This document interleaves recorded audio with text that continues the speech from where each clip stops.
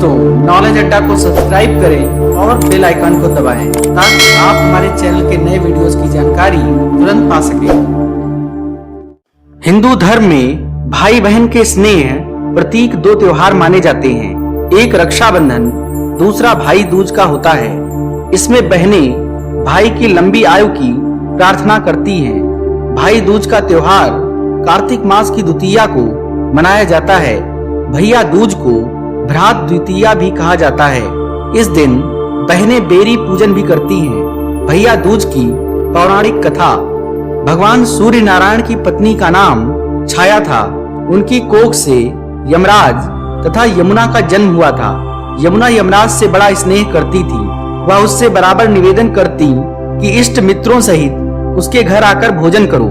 अपने कार्य में व्यस्त यमराज बात को टालता रहा। कार्तिक शुक्ल का दिन आया।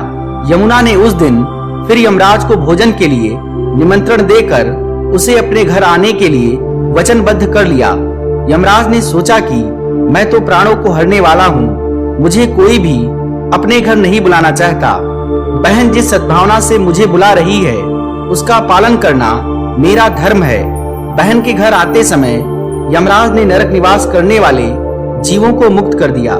यमराज को अपने घर आया देखकर यमुना की खुशी का ठिकाना नहीं रहा। उसने स्नान कर पूजन करके व्यंजन परोस कर भोजन कराया। यमुना द्वारा किए गए आतिथ्य से यमराज ने प्रसन्न होकर बहन को वर मांगने का आदेश दिया। यमुना ने कहा कि भद्र, आप प्रतिवर्ष इस दिन मेरे घर आया करो। मेरी तरह जो बहन इस दिन अपने भाई को आदर सत्कार करके टीका करे, उसे तुम्हारा भय ना रहे। यमराज ने तथास्तु कहकर यमुना को अमूल्य वस्त्राभूषण देकर यमलोक चले गए। ऐसी मान्यता है कि जो आतिथ्य स्वीकार करते हैं उन्हें यम का भय नहीं, और जो व्यक्ति इस दिन यमुना में स्नान करके यम का पूजन करता है उसे मृत्यु के पश्चात यमलोक नहीं जाना पड़ता। वहीं सूर्य की पुत्री यमुना समस्त कष्टों का निवारण करने वाली देवी स्वरूपा मानी गई हैं। इस कारण यम द्वितीया के दिन यमुना नदी में स्नान करने और यमुना व यमराज की पूजा करने का विशेष महत्व है। इस दिन बहन अपने भाई को तिलक कर उसकी लंबी उम्र के लिए हाथ जोड़कर यमराज से प्रार्थना भी करती हैं। भाई दूज दूसरी कथा। एक बुढ़िया थी, उसके 7 बेटे और एक बेटी थी। बेटी की शादी हो चुकी थी। जब भी उसके बेटे की शादी होती, फेरों के समय एक नाग आता, उसके बेटे को डस लेता था। बेटा वही खत्म हो जाता और बहू विधवा हो जाती। इस तरह उसके 6 बेटे मर गए। 7वें की शादी होनी बाकी थी। इस तरह अपने बेटों के मर जाने के दुख से बुढ़िया रो रो के अंधी हो गई थी।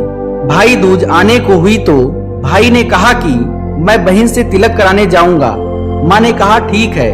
उधर जब बहन को पता चला कि उसका भाई आ रहा है तो वह खुशी से पागल होकर पड़ोसन के घर गई और पूछने लगी कि जब बहुत प्यारा भाई घर आए तो क्या बनाना चाहिए। पड़ोसन उसकी खुशी को देखकर जल भुन गई और कह दिया कि दूध से रसोई लेप, घी में चावल पका। बहन ने ऐसा ही किया। उधर भाई जब बहन के घर जा रहा था तो उसे रास्ते में सांप मिला। सांप उसे डसने को हुआ। भाई बोला, तुम मुझे क्यों डस रहे हो? सांप बोला, मैं तुम्हारा काल हूँ और मुझे तुमको डसना है। भाई बोला, मेरी बहन मेरा इंतजार कर रही है। मैं जब तिलक करा के वापस लौटूंगा तब तुम मुझे डस लेना। सांप ने कहा, भला आज तक कोई अपनी मौत के लिए लौट के आया है जो तुम लौटोगी? भाई ने कहा, अगर तुझे यकीन नहीं है तो तू मेरे झोले में बैठ जा। जब मैं अपनी बहन के तिलक कर लूं तब तू मुझे डस लेना। सांप ने उसकी बात मान ली। भाई बहन के घर पहुंच गया। दोनों बड़े खुश हुए। भाई बोला, बहन जल्दी से खाना दे, बड़ी भूख लगी है। बहन क्या करे, ना तो दूध की रसोई सूखे ना ही घी में चावल पके। भाई ने पूछा, बहन इतनी देर क्यों लग रही है, तू क्या पका रही है? तब बहन ने बताया कि आज तो पड़ोसन की बातों में आकर गलती हो गई है। भाई ने सही रसोई बनाने का सुझाव दिया। बहन ने ऐसा ही किया। खाना खा के भाई को बहुत जोर नींद आने लगी। इतने में बहन के बच्चे आ गए। बोले, मामा मामा हमारे लिए क्या लाए हो? भाई बोला, मैं तो कुछ नहीं लाया। बच्चों ने वह झोला ले लिया जिसमें सांप था।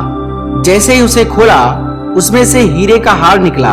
बहन ने कहा, भैया तूने बताया नहीं कि तू मेरे लिए इतना सुंदर हार लाए हो। भाई बोला, बहना तुझे पसंद है तो तू ले ले, मुझे हार का क्या करना। अगले दिन भाई बोला, अब मुझे जाना है, मेरे लिए खाना रख दे। बहन ने उसके लिए लड्डू बना के एक डब्बे में रख दिए। दे दिए। भाई कुछ दूर जाकर थककर एक पेड़ के नीचे सो गया। उधर बहन के जब बच्चों को जब भूख लगी तो माँ से कहा कि खाना दे दो।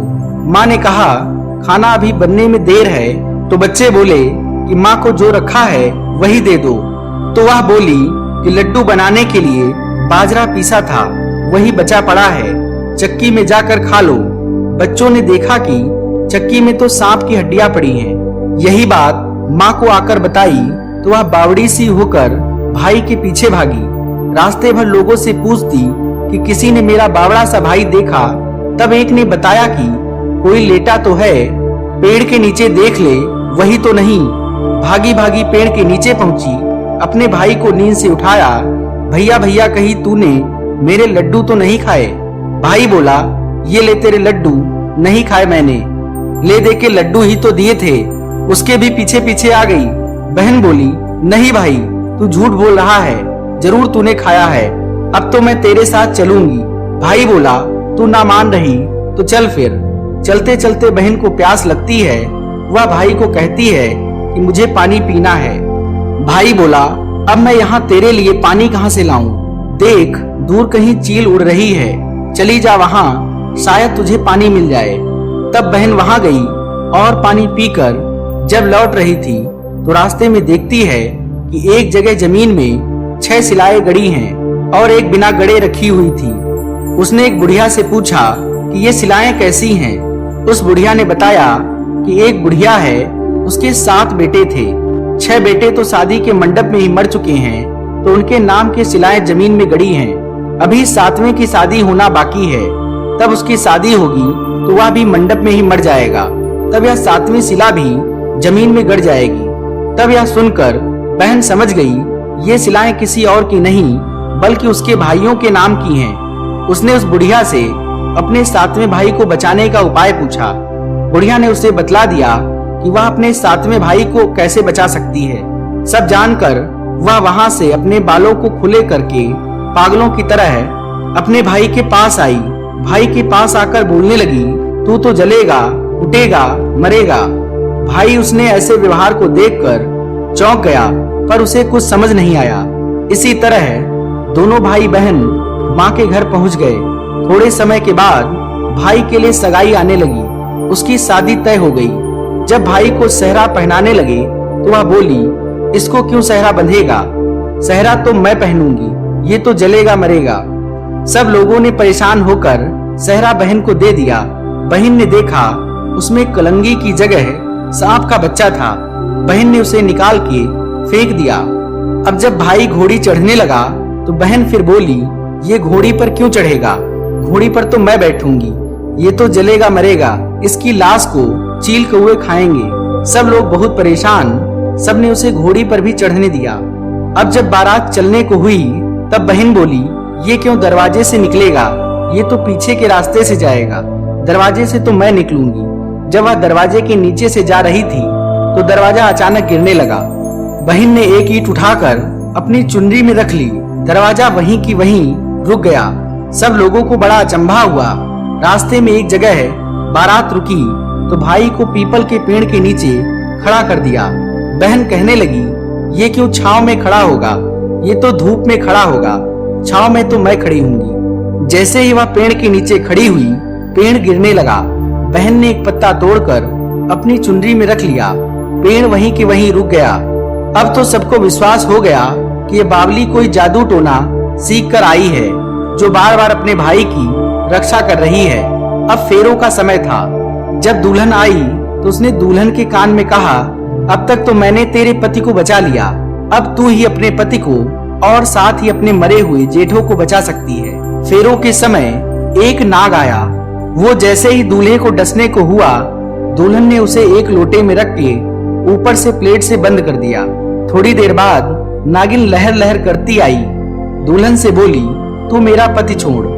दुल्हन बोली, पहले तू मेरा पति छोड़। नागिन ने कहा, ठीक है, मैंने तेरा पति छोड़ा। दुल्हन, मुझे 3 बार बोलकर वचन दे। नागिन ने 3 बार बोला, फिर बोली कि अब मेरे पति को छोड़। दुल्हन बोली, एक मेरे पति से क्या होगा, मुझे मेरे 6 जेठ भी चाहिए जिसे नागराज ने धंसा है। नागिन ने जेठ के भी प्राण दे दिए। उधर रो रो के बुढ़िया का बुरा हाल था कि अब तो मेरा 7वां बेटा भी बाकी बेटों की तरह मर जाएगा। गांव वालों ने उसे बताया कि उसके सभी 7 बेटे और बहुएं आ रही हैं। तो बुढ़िया बोली, अगर यह बात सच हो तो मेरे आंखों की रोशनी वापस आ जाए। और ऐसा ही हुआ। अपने सारे बहू बेटों को देखकर वह बहुत खुश हुई। बुढ़िया को अपनी बेटी की शक्ति पर विश्वास हो गया। सब बहन को ढूंढने लगे। देखा तो वह भूसे की कोठरी में सो रही थी। जब उसे पता चला कि उसका भाई सही सलामत है तो वह अपने घर को चली। उसके पीछे पीछे सारी लक्ष्मी भी जाने लगी। बुढ़िया ने कहा, बेटी पीछे मुड़ के देख, तू सारी लक्ष्मी ले जाएगी तो तेरे भाई भाभी क्या खाएंगे। तब बहन ने पीछे मुड़ के देखा और कहा, जो माँ ने अपने हाथों से दिया वह मेरे साथ चल, बाद बाकी का भाई भाभी के साथ रहे। इस तरह एक बहन ने अपने भाई की रक्षा की। यह कथा हर बहन को भाई दूज पर अवश्य